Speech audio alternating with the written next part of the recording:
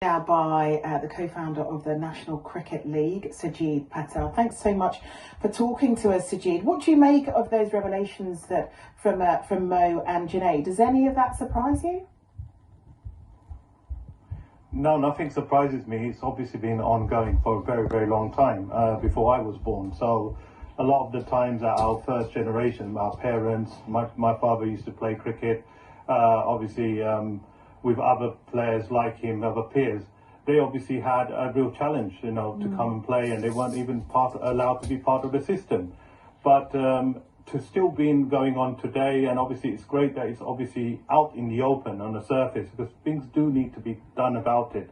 Well, that was going to be my next question. So, sorry to interrupt you there, Sajid. That was going to be my next question because, of course, the cricket club has now, Essex County Cricket Club, has now said they're going to do an independent investigation into this. Do you have faith that any of these investigations that have been announced up and down the country, do you think any of them will change anything within the sport? Well, if we talk about Essex Cricket Club or Essex Cricket in the community, I think there's a lot of good work which has happened with myself wearing the National Cricket League hat on. We've done a lot of partnership work to do a lot of reaching out, which has always been existing from the South Asian community. We set up a program like our Sunday League to try and provide cricket for everyone, like a safe space sort of thing, a comfort for a group of friends and families who just want to come and play cricket. And we have a really flexible application in doing so providing them the experience.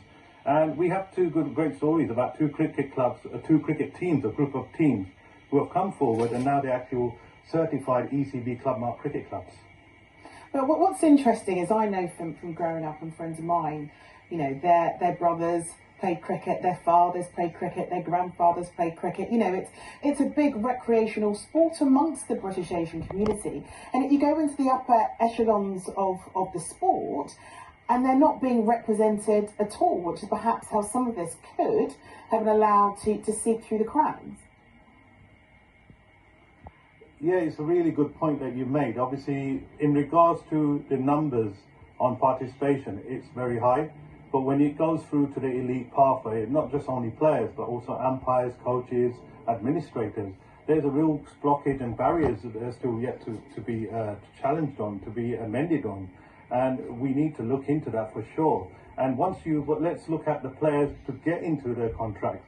I don't feel that their players have been protected, as you can tell by some of the articles reading from some of the players' testimonies. Do you think that this is to do with class, finally, Sajid? Do you think that a lot of these players have been locked out because it's a class issue where cricket is concerned? Potentially, it could be a number of issues. Obviously, we know that there is the private schools, state schools. That's one of the areas. Another thing could be race, ethnicity, religion, faith, cultural awareness. There's a lot of things, but I think we're on our way on trying to do things for community, to open those doors, to open those opportunities. And we know that there are barriers out there, and we are willing to have those conversations with the likes of Essex Cricket in the community, with the ECB, if they want to come forward and want to have a chat with us. We're all in it to try and make sure we can find the best possible solution going forward. Okay. Sajid Patel, thank you so much for joining us, and hopefully pretty soon we'll see more than just Moeen Ali in doing Test cricket for us. Thank you.